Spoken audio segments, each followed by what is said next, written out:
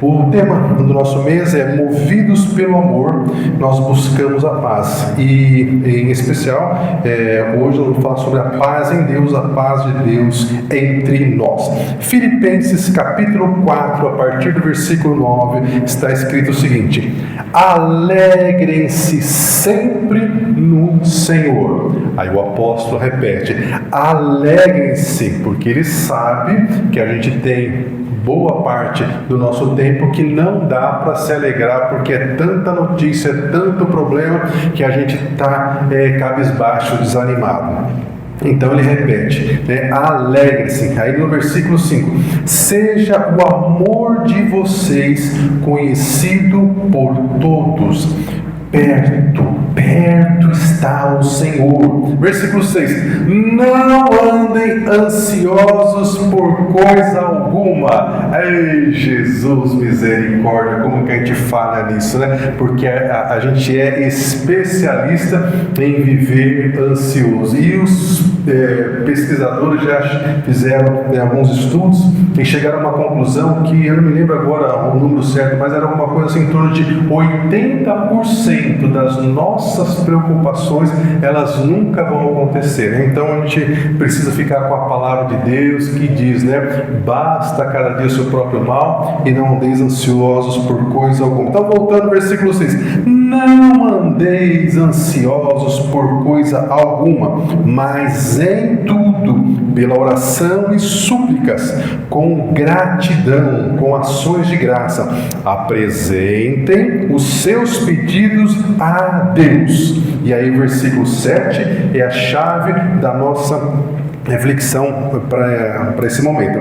E a paz de Deus. E essa paz de Deus, e o próprio apóstolo Paulo, ele já explica que excede todo o entendimento, ou seja, é uma paz que não dá para entender pela lógica, guardará o seu coração e a sua mente. Coração falando das suas emoções, e mente os seus pensamentos. A paz de Deus vai guardar as suas emoções e os seus pensamentos. Você não vai ficar pensando em bobagem, coisa que não convém, porque a paz de Deus vai guardar você.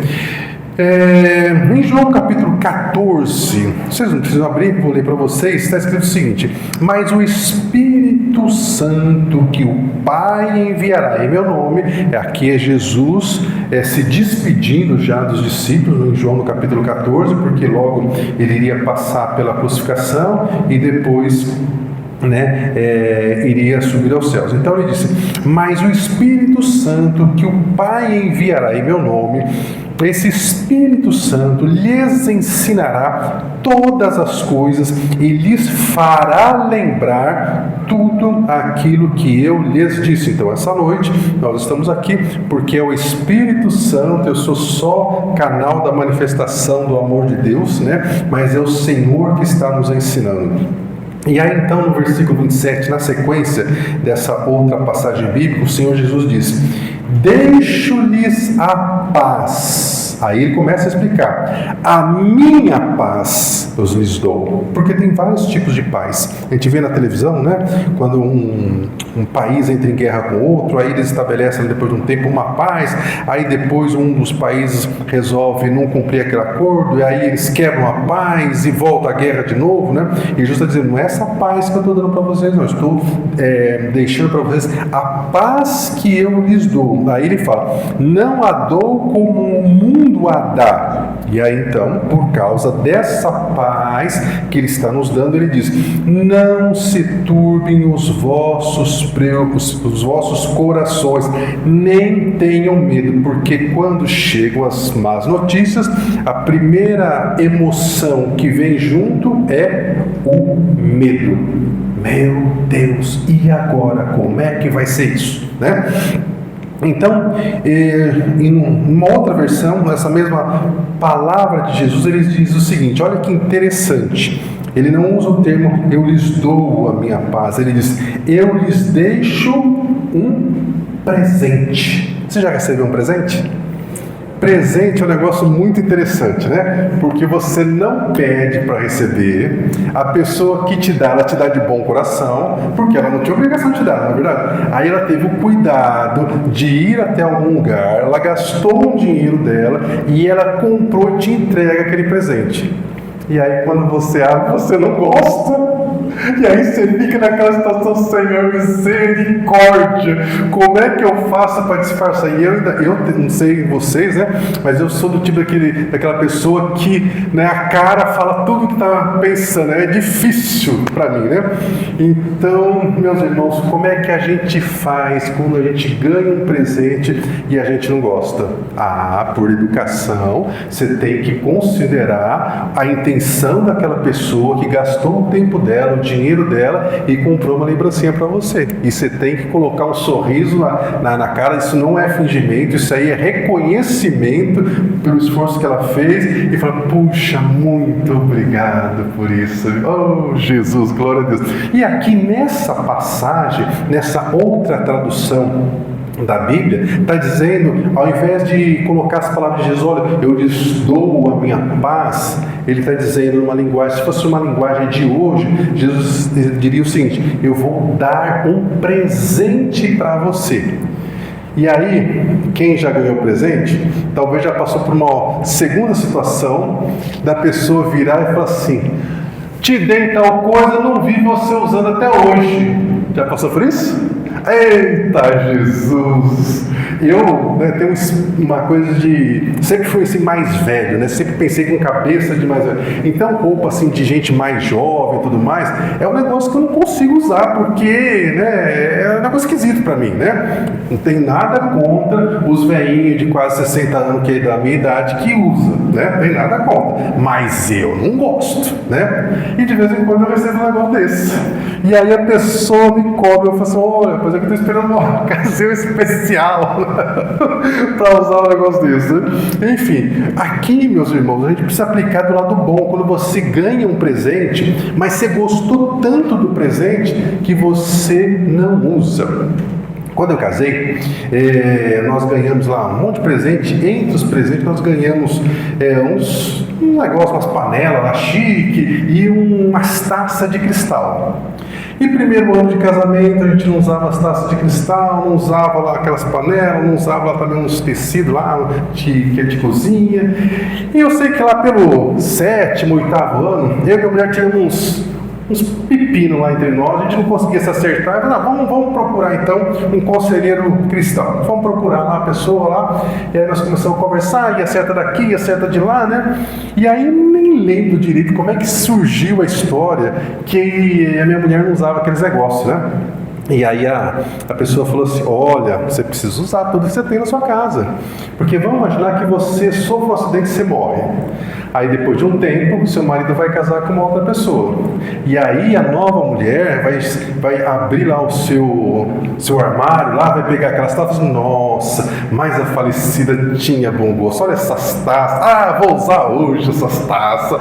Esses talheres aqui. Nossa, que coisa linda. Vou usar essa. Mas a falecida tinha muito bom gosto. Olha, meu bem, que bom que você casou com ela, que ela deixou tudo certinho no meu gosto. Essas panelas, essas toalhas, não sei o que aí, vamos usar tudo. A minha mulher arregalou um olho. Chegamos em casa, meus irmãos, imagina, desceu tudo do armário. E assim tem coisa que tem presente que a gente gosta tanto que a gente não quer usar, que é outro extremo, e também não pode. Então o que acontece com essa paz de Jesus que a gente está vendo aqui? Às vezes a gente gosta tanto das coisas que Deus nos dá que a gente não usa, e aí isso também é um problema. Quer ver a questão dos talentos? A Bíblia fala que o Senhor deu talentos para todo mundo, né? Para uns ele deu mais talentos, para outros ele deu menos talentos, e aí chega um momento que o Senhor Jesus começou a cobrar o que cada um fez daqueles talentos.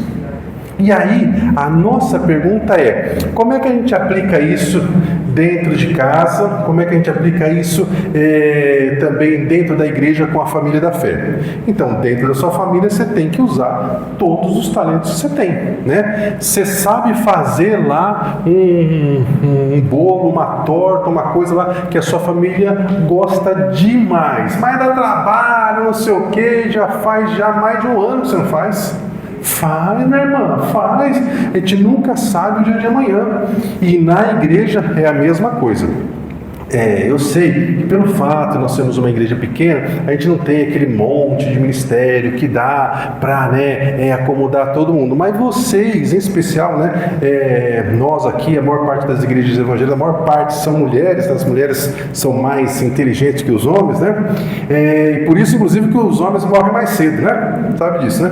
Enfim, né? Mas vocês, irmãs, podem também ajudar na família da fé com um dom, com um talento que você ganhou de presente do Senhor. Você talvez não possa vir toda quinta-feira aqui, que é o dia que as irmãs se reúnem para separar roupa, não sei o que, tudo mais.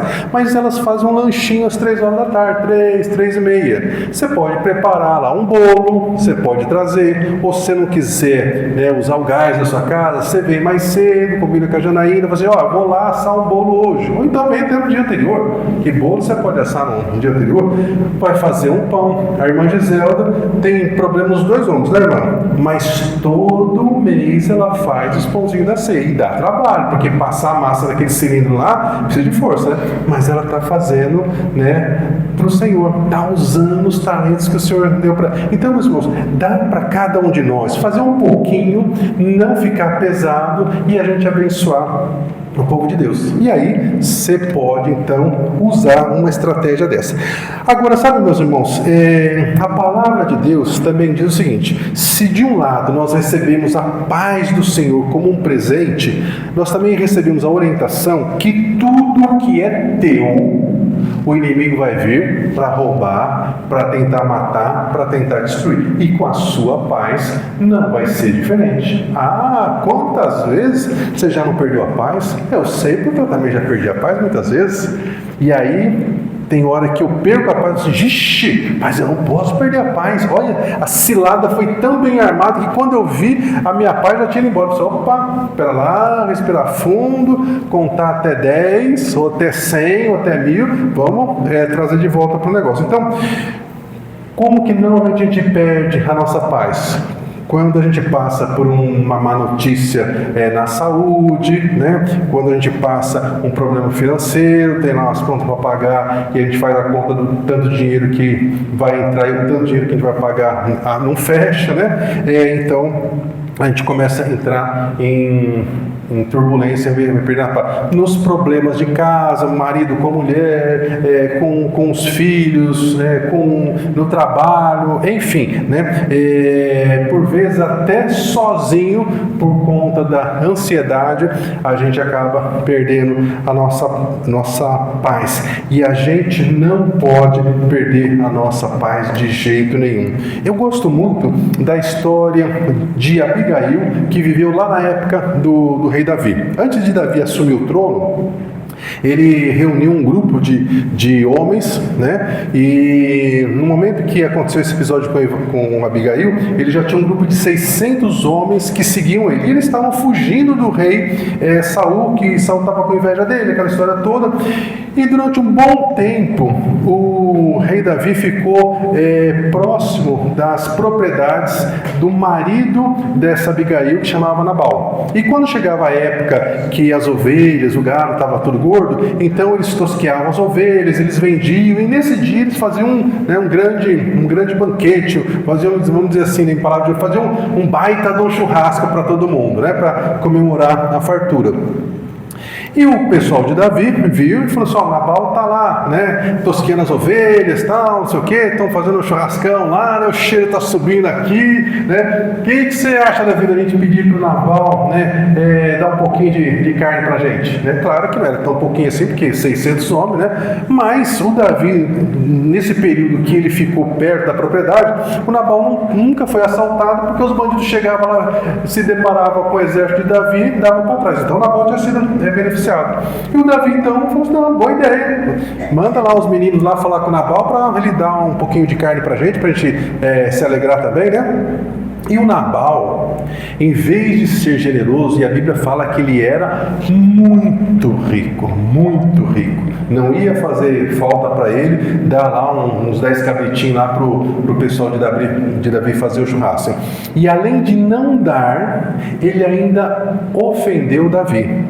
E quando os meninos de Davi voltaram com a notícia, o Davi ficou tão furioso, mas tão furioso, que ele falou: vou matar todo mundo, só vou deixar as mulheres. Os homens que tiver lá vão matar tudo, né?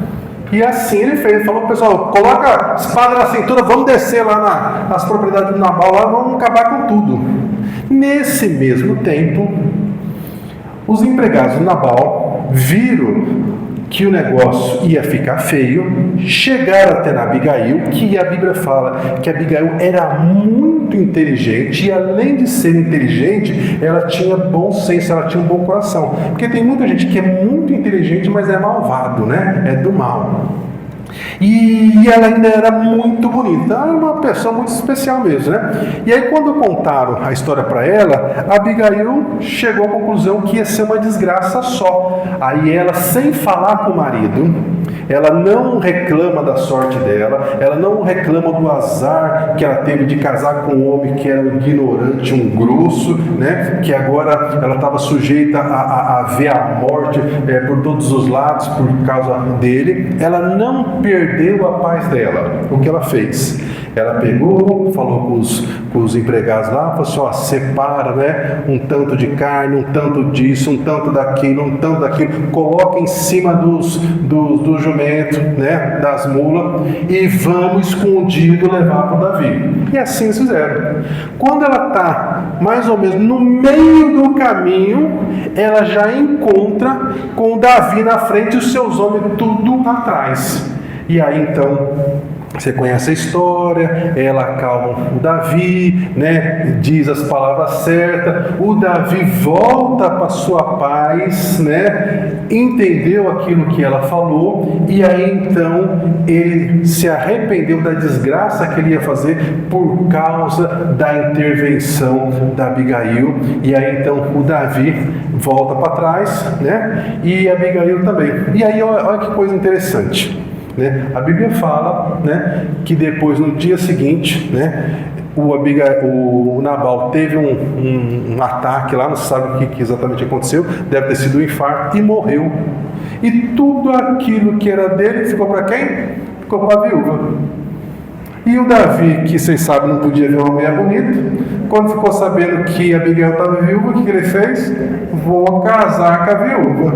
Já casou com a viúva. Bom, então, meus irmãos, a Abigail é um exemplo de mulher que, apesar das más notícias, da tragédia, né, que estava por vir, ela não perdeu a paz. Só que ela não ficou lá: eu não perdi a minha paz e agora está tudo bem. Não, ela teve atitudes, e é exatamente isso que o Senhor quer ensinar para nós hoje. Não basta você dizer: ninguém vai roubar minha paz, mas é a sua parte, você vai ter que fazer. E nós vamos aprender nos demais versículos que a gente sempre tem a nossa parte. Deus faz a parte do impossível, e o possível nós temos que fazer. Outro exemplo de uma pessoa que não perdeu a paz é o profeta Eliseu. A Bíblia fala que teve um momento que o exército da Síria, que era daquele general que tinha lepra, que mergulhou 7 vezes no rio, vocês conhecem a história, né? Então o rei, né, da Síria queria dominar o povo de Israel, e ele armava uma emboscada lá, e aí o profeta ia até o rei do povo de Deus e falou assim: não passa por esse caminho porque o rei da Síria está lá. Aí o rei, né, inimigo, armava uma outra emboscada, e o profeta ia lá: não vai para aquele lugar porque tem outra emboscada lá. Até que chegou uma hora que o rei da Síria falou assim: vou reunir vocês aqui, os meus generais, que eu quero saber quem de vocês está me traindo, contando as coisas que eu estou planejando para o rei de Israel. A Bíblia não conta quem foi, mas provavelmente quem disse isso foi Naamã, que disse: olha, rei, o negócio é o seguinte, lá no povo de Deus tem um profeta que aquilo que o rei pensa no seu quarto, Deus fala para ele onde quer que o profeta esteja. Aí o rei, que conhecia, né? Isso aqui não está na Bíblia, estou só dizendo aqui que eu imagino que seja, porque o rei aceitou muito rápido a explicação. Eu acho que ele deve ter ouvido: puxa, realmente, o Naamã tinha lepra, ele foi até esse profeta curou ele, o cara deve ser bom mesmo, né? E aí o que o rei fez? O rei inteligente falou: então o problema é o profeta, então você reúne um exército aí e reúne um exército para prender um homem só, que é esse profeta. E eles vão de madrugada, né, a cavalo lá, e cercam todo o lugar onde o profeta morava. De manhã cedo, quando amanheceu, o empregado do profeta Eliseu abriu a porta, e quando abriu a porta, aquela surpresa desagradável, né? Aquele monte de cavalo, aquele monte de homem do inimigo, e ele entra para dentro, provavelmente tremendo, dizendo: profeta, tem uma péssima notícia. E o profeta disse, né? O que foi? Ele conta a história. E o profeta não perdeu a sua paz. Por quê? Porque Deus tinha dado para o profeta uma visão aberta do que estava acontecendo, tanto no mundo físico quanto no mundo espiritual. E a gente não valoriza enxergar no mundo físico, né? Mas quantas pessoas não conseguem enxergar, né? São cegas, né? Além de poder enxergar no nosso mundo físico, é possível enxergar no mundo espiritual. E aí então o profeta Eliseu fez uma oração para que Deus abrisse os olhos do servo dele, para que ele também enxergasse no mundo espiritual. E aí quando os olhos dele são abertos, ele consegue ver a quantidade de anjos guerreiros estavam naquele lugar. Oh, glória a Deus! Meu irmão, minha irmã, você não está sozinho, você não está sozinha. Sempre haverá o Senhor ao seu lado. A palavra declara que você está debaixo das asas dele, ainda que caiam 1000 de um lado e 10.000 de outro, você não será atingido, porque os dias que estão reservados para você viver, você vai viver. Amém? Claro que nem todos eles vão ser dias bons, mas que você vai viver, você vai viver. Então, meu irmão, minha irmã, o servo via apenas os inimigos, mas o profeta via os anjos de Deus. Então a gente precisa colocar os nossos olhos no Senhor, para que o Senhor nos mostre não apenas os anjos que estão nos protegendo, mas o nosso futuro, aquilo que o Senhor nos reserva. Para quê? Para que a gente não perca a nossa fé, não perca a esperança, não perca a paz.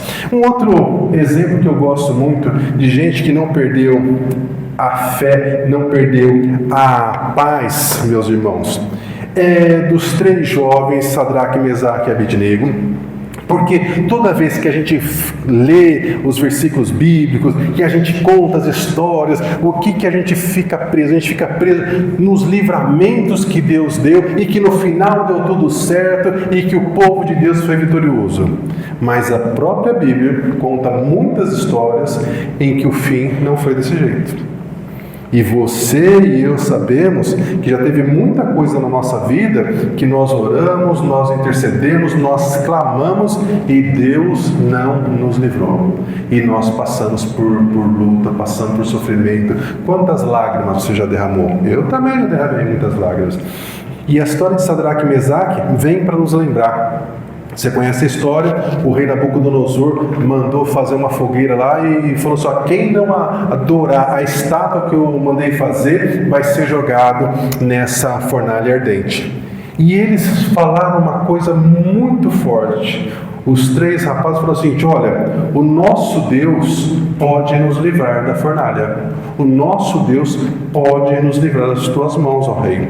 Mas mesmo que ele não nos livre, nós vamos continuar sendo fiéis a ele e não vamos te adorar. O rei ficou, literalmente possesso. Mandou aumentar a temperatura da fornalha, tanto é que os homens que estavam lá abastecendo a fornalha para deixar ainda mais quente. Esses homens, quando foram jogar o Sadraque, Mesaque e Abednego, eles morreram. E entrou o Sadraque, Mesaque e Abednego na fornalha, sabendo o quê? Que eles iam morrer, porque eles não conheciam o final da história. Eles entraram na convicção que iam morrer, mas iam morrer fiéis ao Senhor. E aí eles entraram na fornalha e de repente o próprio rei começou a ver um quarto homem lá dentro. E ele falou: escuta, mas nós não jogamos 3 lá? Por que eu estou vendo um quarto? Uma quarta pessoa, e a aparência dessa quarta pessoa é uma aparência majestosa. E aí então, você conhece a história, o rei manda eles virem para fora. E isso nos ensina o que, meus irmãos? Que muitas vezes Deus não vai livrar que você não entre na fornalha ardente. E a fornalha ardente representa aí tudo e qualquer problema que talvez tenha sido criado para você, que nem foi você que criou o problema, mas algumas vezes Deus vai permitir que você entre nessa fornalha ardente, mas você vai ter uma condição: que o fogo não vai te queimar, o fogo não vai te consumir, porque junto com você o Senhor vai entrar naquela fornalha e vai te dar a vitória. Oh, meu Pai amado, como é bom viver debaixo das asas do Altíssimo. Não é à toa que o inimigo não quer o seu bem, quer roubar, matar e destruir tudo aquilo que é teu, porque você é uma pessoa muito especial. A gente olha para os nossos políticos, para os juízes, para os empresários, para os bilionários, a gente acha que aquele povo é um povo especial. Não é, meu irmão. Especial é quem entendeu quem é o Salvador e foi lavado por esse sangue, e você está aqui por conta disso. Então, meu irmão e minha irmã, não deixe que roubem a sua paz. E o outro exemplo de pessoa que Deus não poupou ele de passar por lutas e dificuldade foi Daniel. Vocês conhecem a história também. Injustamente Daniel foi jogado na cova dos leões, e o rei se viu numa arapuca. Armaram uma armadilha para o rei por causa da própria lei dos persas lá.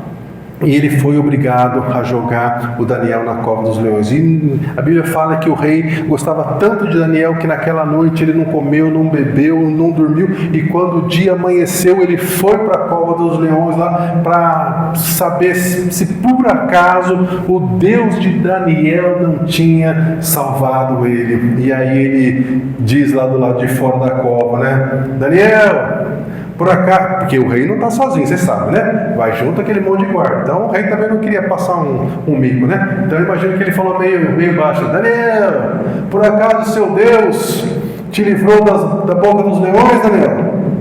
E deve ter ficado pronto para ouvir só o silêncio, né? Aquele famoso cri, cri, cri, cri. Aí de repente o rei ouve lá de dentro da cova: oh rei! O meu Deus me livrou da boca dos leões. O teu Deus coloca leão para jejuar, irmão.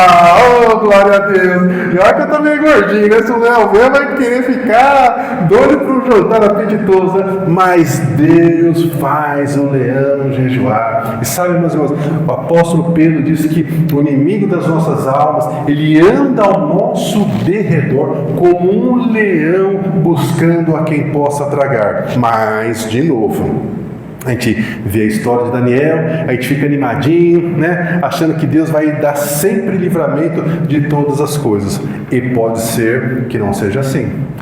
No ano 64, né, quando o Império Romano estava no auge do negócio, até mais ou menos o ano 313, vários imperadores viveram, e vários imperadores, a começar por Nero, que mandou crucificar o apóstolo Pedro de cabeça para baixo, mandou cortar a cabeça do apóstolo Paulo. Eles jogaram tantos cristãos, meus irmãos, nas arenas, no Coliseu, para as feras comerem.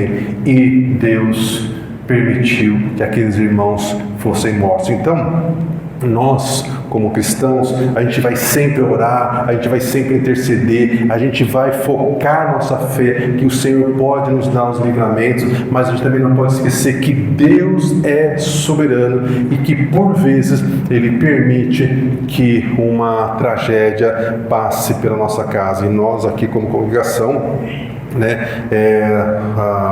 poucos dias atrás, nós tivemos a morte da bebezinha da nossa irmã com 4 meses, que o Senhor a levou. Então a gente não entende, mas a gente precisa lembrar que Deus tem o controle de todas as coisas e que nós também estamos sujeitos a tudo aquilo que acontece com o ímpio. Também pode acontecer conosco.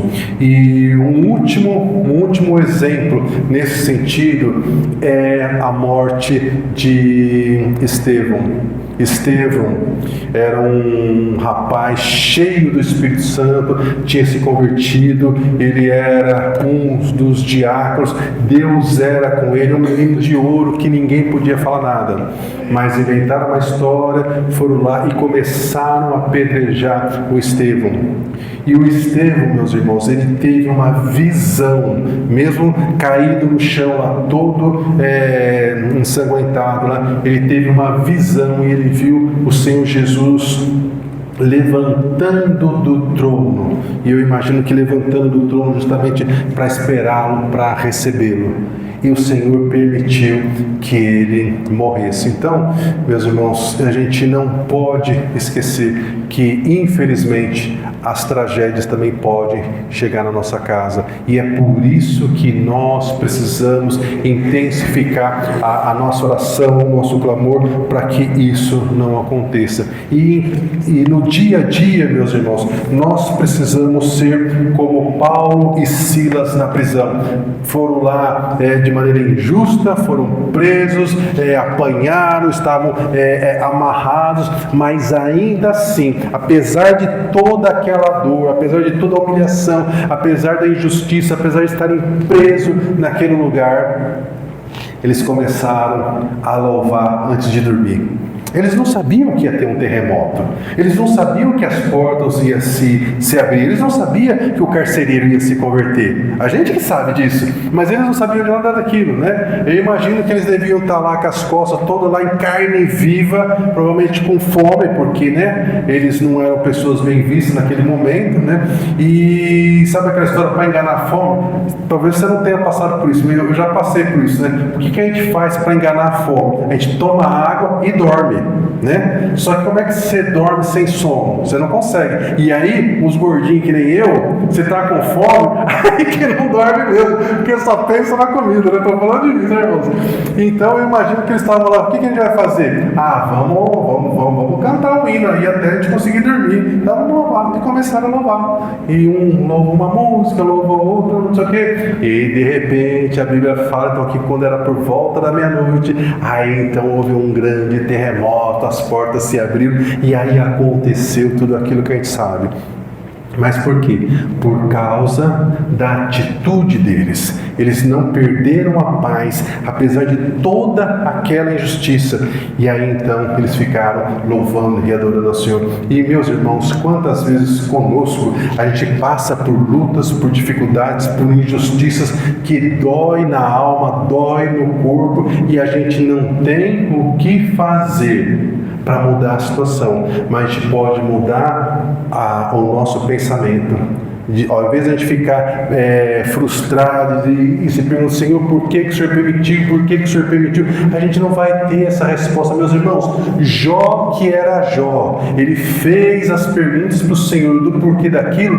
Deus não respondeu nenhuma das perguntas do Jó. Então, se o Senhor não respondeu as perguntas do Jó, não vai responder nem as minhas, nem a você, do porquê de tanta luta, de quanto sofrimento neste mundo. Depois que Ele nos arrebatar, então a gente vai saber o final de todas as coisas, e aí Ele vai contar, e aí a gente vai entender, e a gente vai pensar, faz sentido, o Senhor fez bem, o Senhor fez bem ter feito daquele jeito. Então vamos confiar, porque Deus sabe o que faz. E aí então, quando você estiver passando por lutas, por dificuldade, não deixa a injustiça, a amargura roubar a sua paz. Você não tem mais nada para fazer, né? Como Paulo e Silas, então vai louvar o Senhor. Escolhe um hino que você gosta lá e canta até não aguentar mais. Quando eu estou passando por algum problema específico, eu vou lá no YouTube, né? E porque os jovens vão para o Spotify, esse troço tudo aí que eu nem sei usar direito. Eu vou no YouTube, vejo um louvor lá que tem a ver com a história que eu estou vivendo, e eu começo a cantar aquele louvor e fico dias e semanas, às vezes meses, cantando aquilo lá, já profetizando que em algum momento a vitória vai vir até que Deus dá o livramento. Porque é uma maneira de guardar o meu coração, né? Como disse a palavra em Filipenses que nós lemos, o coração fala das nossas emoções, angústia, tristeza, alegria, ansiedade, blá blá blá, e também a nossa mente, os nossos pensamentos, porque às vezes o que mais derruba a gente são os nossos pensamentos. A gente tem que cuidar para não deixar os nossos pensamentos nos derrubarem. Agora, meus irmãos, olha que exemplo forte. E você precisa tomar posse desse exemplo forte do apóstolo Pedro. Vocês se lembram que Jesus chamou o apóstolo Pedro e falou para Pedro o seguinte: Pedro, quando você era novo, você se vestia e você ia aonde você queria. Quando você for velho, né, vão te levar para onde você não quer ir. Mas você vai fazer isso para honrar o meu nome. Estou colocando aqui em minhas palavras. O que o Senhor estava dizendo? Pedro, você vai ter uma morte difícil. Né? Não falou que seria crucificado para não matar o Pedro de ansiedade, que já era sanguíneo, né? Mas a gente sabe e conhece a história que foi assim. Agora a gente começa a ler no capítulo 12 de Atos que o apóstolo Tiago já tinha sido morto à espada pelo rei, que tinha mandado matar, né, o Tiago. O diácono Estevão já tinha sido morto, e Pedro, na noite anterior a ser sentenciado à morte, os historiadores falam, né, embora a Bíblia não fala que ele iria morrer no outro dia, mas a gente entende, né, que seria dessa forma. Na noite anterior, que ele seria sentenciado e morto, o Pedro está na prisão dormindo. Agora imagine você, se fosse você no lugar do Pedro, você conseguia dormir sabendo que no dia seguinte iam te matar? Mesmo que a gente quisesse dormir, irmãos, a gente não ia conseguir por causa, de tudo que iria vir na nossa mente. O que eu fiz na minha vida, como é que vai ser com meus filhos, como é que vai ser o quê, me arrependo nos dias, me arrependo com aquelas coisas lá todas.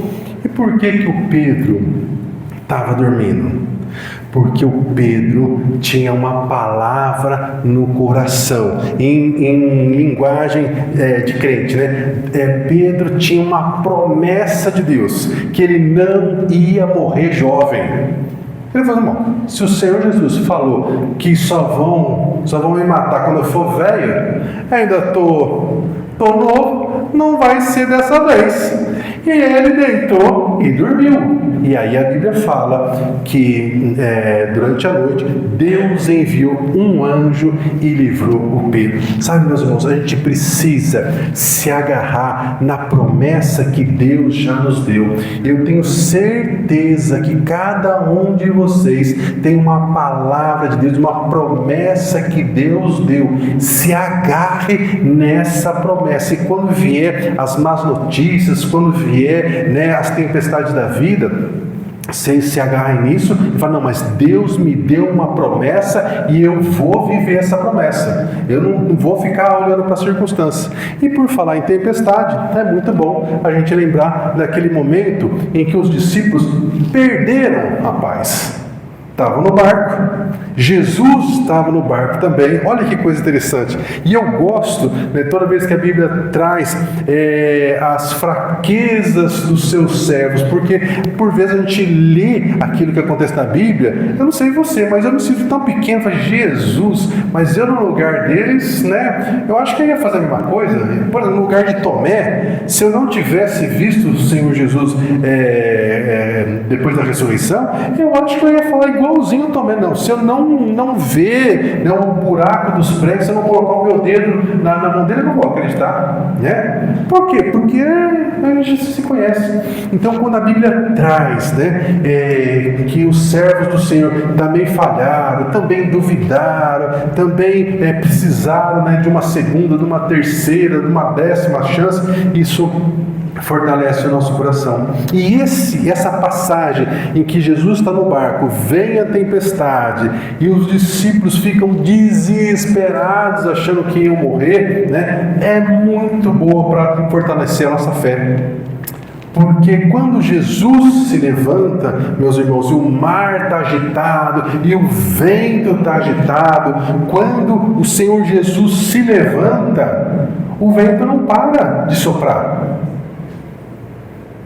O mar não para de ficar agitado. O Senhor Jesus se levanta e dá uma ordem para o vento, dá uma ordem para o mar. E nas tempestades da sua vida, você precisa fazer a mesma coisa que Jesus. Você precisa se levantar no sentido de se posicionar diante daquele problema, diante daquela tempestade e fazer o que você pode para aquela ventania acabar, para aquele mar agitado se acalmar.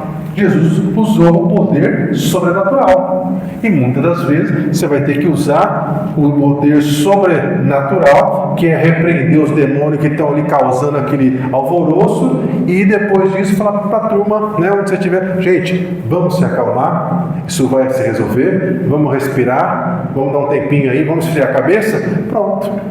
Eu estava ouvindo outro dia uma psiquiatra dando uma entrevista, e ela ensinou para uma paciente dela que vivia com conflito, né, com algumas pessoas lá que ela tinha que se encontrar sempre. Então ela falou assim: toda vez que você estiver tratando de um assunto importante e que você percebeu que a pessoa começou a te alfinetar e você sabe que você vai perder o controle, você vai virar para ela e falar o seguinte: olha, me dá só um minutinho, eu preciso ir no banheiro fazer um xixi e já volto. Porque você diz: a pessoa tem que fazer um xixi e não vai se molhar toda aqui na minha frente, né? Mas por quê? Para a pessoa ter um tempinho para se acalmar. Ela que foi no banheiro e a pessoa também que voltou.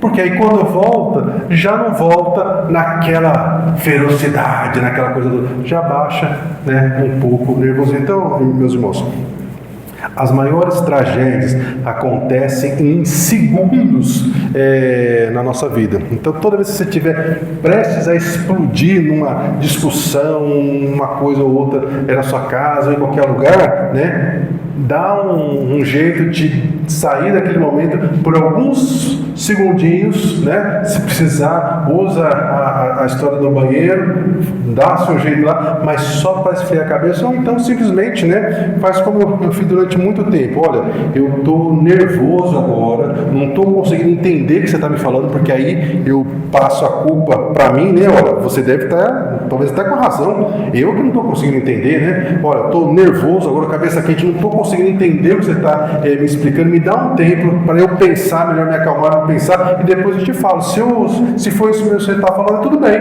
Aí a pessoa fala: então tá bom, né? Porque, né, tá pendendo pro meu lado, né? E aí depois que passa um tempo, nem a pessoa mais faz questão daquilo, nem você, e já resolveu muitos dos nossos problemas. Então, meus irmãos, nós precisamos ser sábios, precisamos ter domínio próprio, a gente precisa ver de longe as armadilhas do inimigo e se desviar, porque o bichinho, ele é astuto e tem muita experiência, né? Tá colocando os filhos de Deus aí para brigar faz muitos anos. Então, uma palavra para você pensar durante essa semana: quem está em paz não quer guerra com ninguém, só perturba quem está perturbado. Então você começa a ver uma pessoa do seu lado que está perturbando todo mundo, pode saber que aquela pessoa está perturbada. Aí você não vai deixar ela te perturbar também, não é verdade? Não vai deixar ela roubar a sua paz. Então quem está em paz não quer guerra com ninguém, né? Romanos capítulo 12, versículo 18, está escrito: façam todo o que for possível para vocês viverem em paz com todos. Faça tudo o que for possível para você viver em paz com as pessoas. Romanos capítulo 14, versículo 19. Esforce-se para promover tudo aquilo que conduz à paz. Para a gente que está chefe de família, está inserido na família, isso aqui para nós é um baita de um conselho. A gente tem que fazer de tudo para promover a paz dentro de casa. E por vezes não é fácil. Efésios, capítulo 4. Sejam completamente humildes e dóceis. E sejam pacientes. Olha que palavra boa, meus irmãos. Isso aqui consola o meu coração, porque tem hora que eu olho para algumas pessoas e falo assim, olha, só Deus com essa pessoa. E aí o apóstolo Paulo diz o seguinte: suportem-se uns aos outros. Então suportar o marido de vez em quando, meu irmão, é de Deus. Suportar a sua esposa de quando em quando, meu irmão, também é de Deus. Suportar os filhos, porque tem hora que os filhos tiram a gente do sério. É de Deus. Então a gente precisa suportar uns aos outros em amor. Está lá em Efésios. Leia lá quando chegar na sua casa. Romanos 15 diz o seguinte: que o Deus da esperança os encham de toda alegria e paz por sua confiança nele, para que vocês transbordem de esperança pelo poder do Espírito Santo. Que o Deus da esperança os encha de toda alegria e paz. Por que alegria? Porque quando a gente, mesmo em meio às notícias tristes, e a gente está derrubado por uma situação que aconteceu, mas a gente lembra que no final, no tempo de Deus, nós vamos ver a diferença entre os que servem a Deus e os que não servem a Deus. A gente sabe que vai dar tudo certo com a gente. Então isso vai nos trazer alegria, e junto com essa alegria vai trazer a paz. Então, meus irmãos, faça tudo aquilo que estiver ao seu alcance e não perca a sua paz, porque quando você perde a sua paz, você está deixando que o inimigo roube a sua paz. E quando o inimigo rouba a sua paz, a primeira coisa que chega para ocupar esse lugar é o medo. Então, no lugar da paz chega o medo, e quando o medo chega, a fé se apaga e o seu milagre deixa de acontecer como deveria no tempo certo.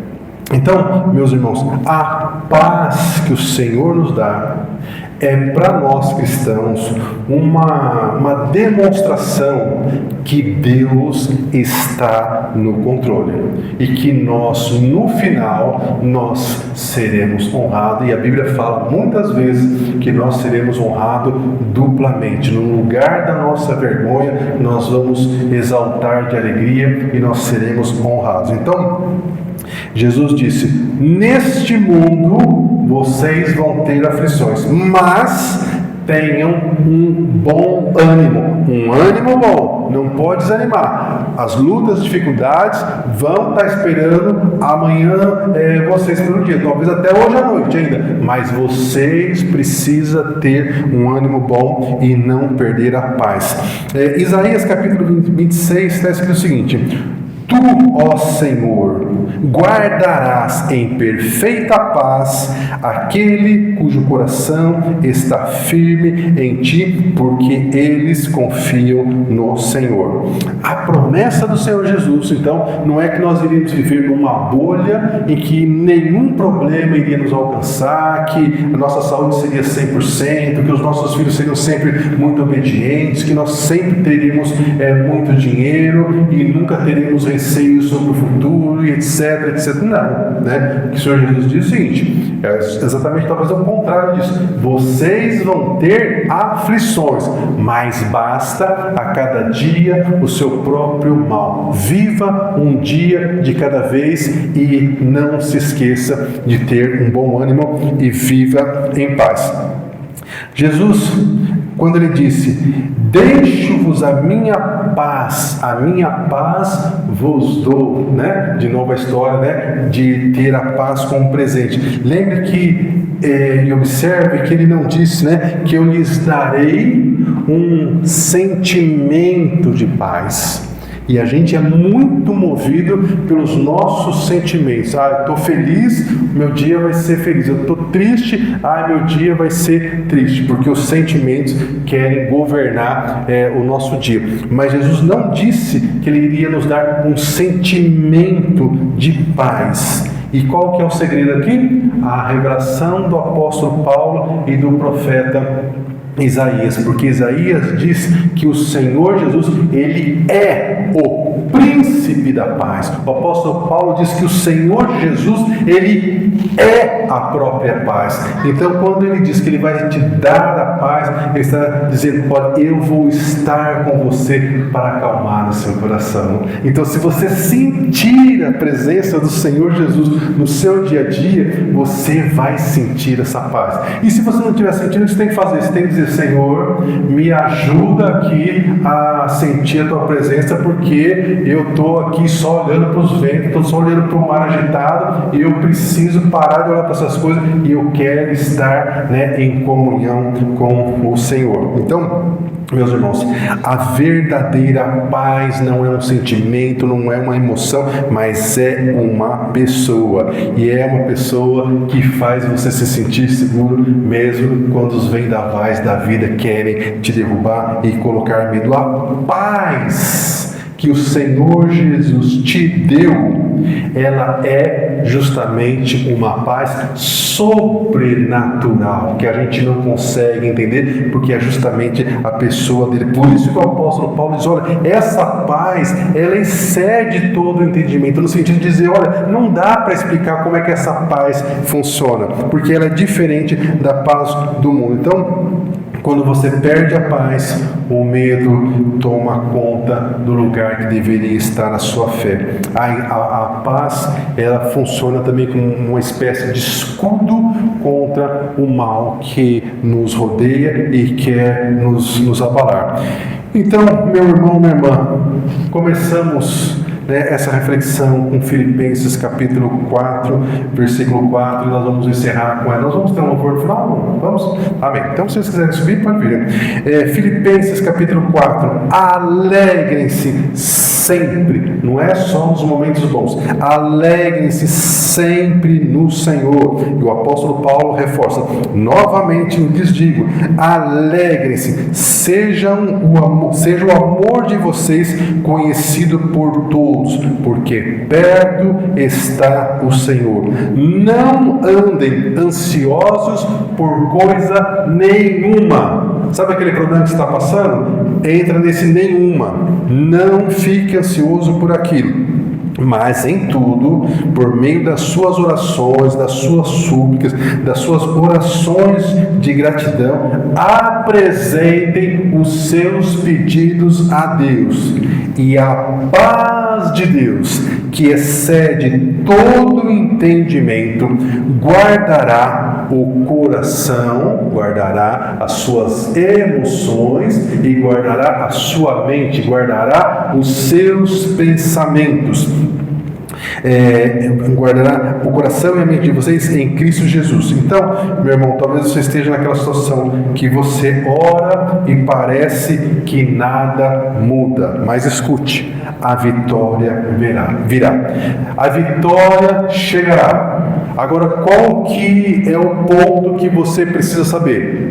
Que na maior parte das vezes a vitória vai chegar não no tempo que você quer e nem do jeito que você quer, mas no tempo de Deus. E de qualquer forma é vitória, então você tem que receber de bom grado, amém? Porque às vezes a gente fala assim, Deus fez, mas não fez do jeito que eu queria. Mas misericórdia, mas fez. Mas eu queria que fosse daquele jeito. Mas Deus é que sabe de todas as coisas. Deus é soberano. A oração do Pai Nosso nos ensina, Pai, que seja feita a tua vontade, não a minha. Então, se o Senhor já fez, glória a Deus por isso, né? Então, meu irmão, minha irmã, a vitória virá muitas das vezes, talvez na maior parte do tempo, não virá do seu jeito, nem no seu tempo, mas no tempo de Deus. E o tempo de Deus é perfeito.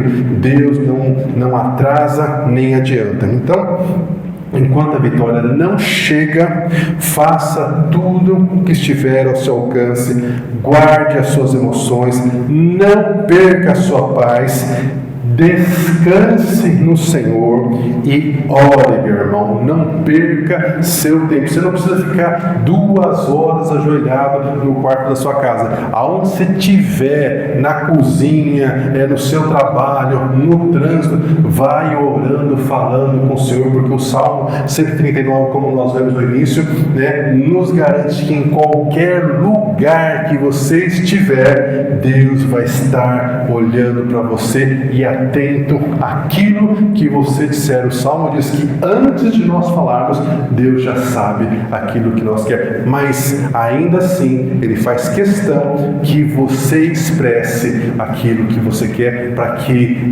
se estimule a sua comunhão com o Senhor, porque quanto mais contato que nós temos com Deus, melhor nós ficamos. É impossível uma pessoa que tem o hábito de falar com Deus todos os dias, que ela seja mal educada com a esposa, com os filhos, com os colegas de trabalho, porque quem fala com Deus acaba se tornando uma pessoa mais parecida com Deus. Então, se alguém na sua casa está muito grosso e é cristão, você precisa falar para ela, você precisa orar mais. Você não está orando, não, suas palavras aí não tá de acordo com aquele que fala com o seu. Então, quando a vitória não chega, ore, faça aquilo que você tem que fazer e, na maior parte do tempo, louve ao Senhor. E é isso que nós vamos fazer agora. Quero convidar você a se levantar e nós vamos juntos louvar, depois nós vamos orar.